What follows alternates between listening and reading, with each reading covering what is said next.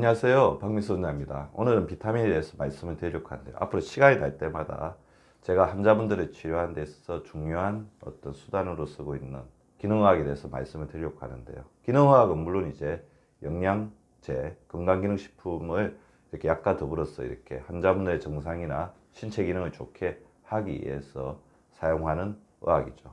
그전에는 물론 환자분들의 정확한 건강 상태를 판단하기 위해서 정밀하게 문진하고 그 다음에 병력을 듣고 그 다음에 검사를 하는 그런 단계들이 있습니다. 혈액검사, 모바일 검사, 그 다음에 혈압, 허리둘레, 우리 환자분들로부터 얻을 수 있는 모든 정보는 다 얻으려고 노력을 하는데, 비타민, 영양제에 대한 잘못된 오해, 우리가 가지고 있는 맹실에 대해서 한번 말씀을 드리려고 하는데요.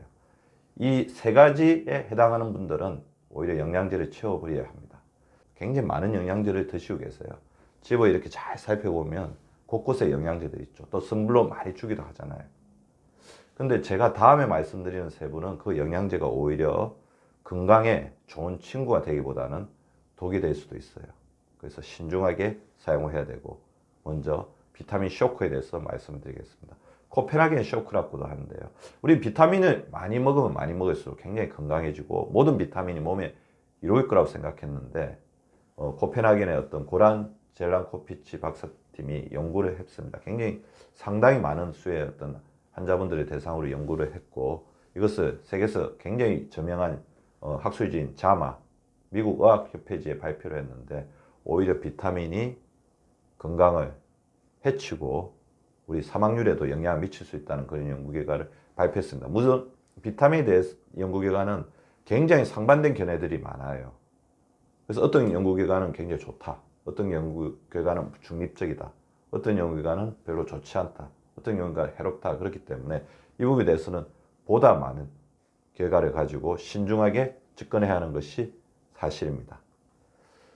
근데 제가 이제 말씀드린 이 세 가지 상황에 해당되는 분들은 비타민제를 드실 때 굉장히 주의해야 되고, 심지어는 일단 비타민 드시는 것을 고려해야 합니다.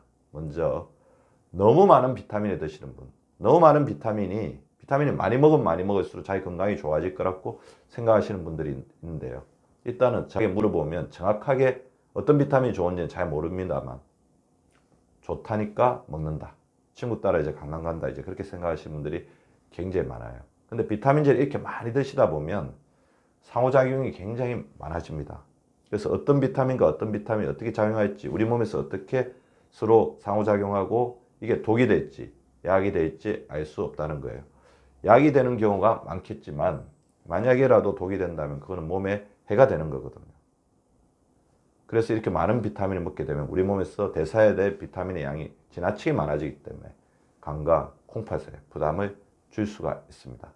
너무 많은 비타민, 자기의 건강 능력을 초과하는 비타민, 잘 모르고 드시는 분들은 비타민제를 드시는 것을 보류해야 합니다. 두 번째, 특정 비타민을 지나친 고용량으로 드시는 분들이 계세요.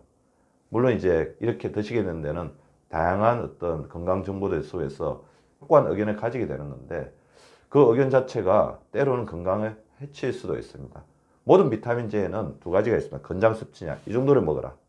그 다음에 상한 섭취량, 이거 이상 먹으면 안 된다는데 이 간격이 비교적 넓어요. 근데 상한 섭취량 이상을 드시게 되면 그 다음에는 어떤 일이 생길지를 알 수가 없다는 거죠. 그래서 특정 비타민을 고용량으로 드시는 분들은 반드시 자기의 건강 상태를 잘 아는 주치의분과 상의하셔서 드시는 것이 바람직합니다. 그리고 비타민 가다 작용에 대한 부작용들이 있습니다. 그래서 병미하게 이제 이런 부작용들이 나타나기 때문에 정확하게 아시는 것이 필요한데요.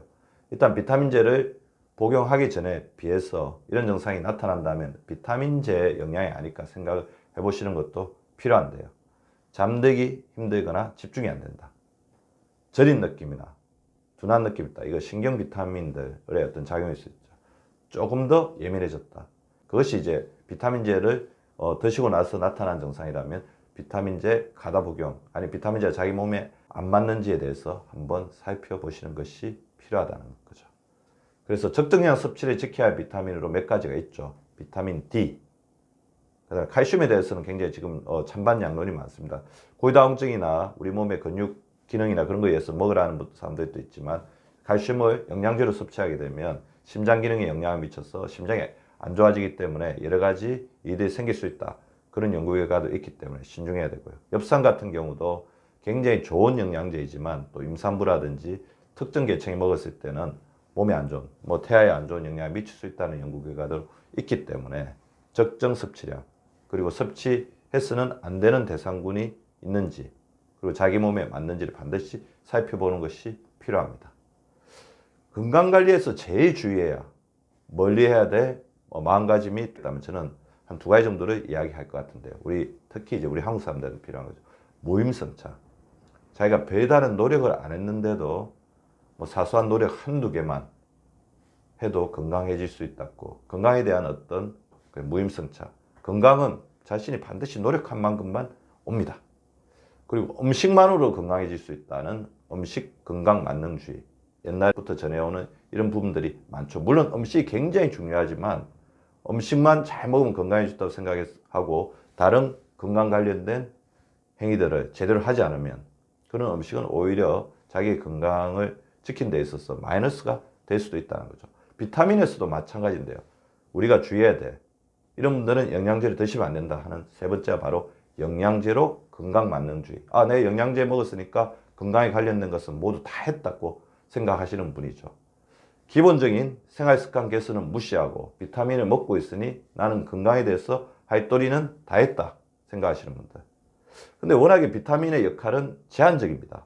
비타민은 우리가 음식을 제대로 먹고 운동을 하고 스트레스 관리를 하고 잠을 잘 자고 부족한 기능을 개선시키기 위해서 플러스 알파를 해주는 게 건강기능식품이죠. 그래서 그런 어떤 역할 분담을 잘 파악하고 난 다음에 하시는 것이 굉장히 중요합니다. 그 다음에 건강 문제에 대해서도 좀 주의를 해야 되는데요.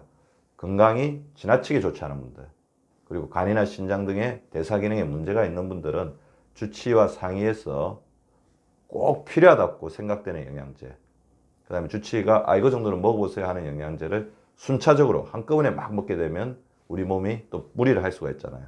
그렇게 드시는 것이 바람직하다고 볼 수 있습니다. 영양제도 일종의 약일 수 있어요. 그렇기 때문에 효과를 나타내는 거죠. 자기가 건강에 좋다고 확신된 것, 주치의와 잘 상의해서 자기의 건강 상태에 맞는 것들을 순차적으로 욕심부리지 않고 1개, 2개씩 늘려가면서 드시는 것이 영양제를 자신의 친구로 만드는 방법입니다. 여러분이 눌러주시는 구독과 좋아요는 사랑입니다. 많이 많이 눌러주세요.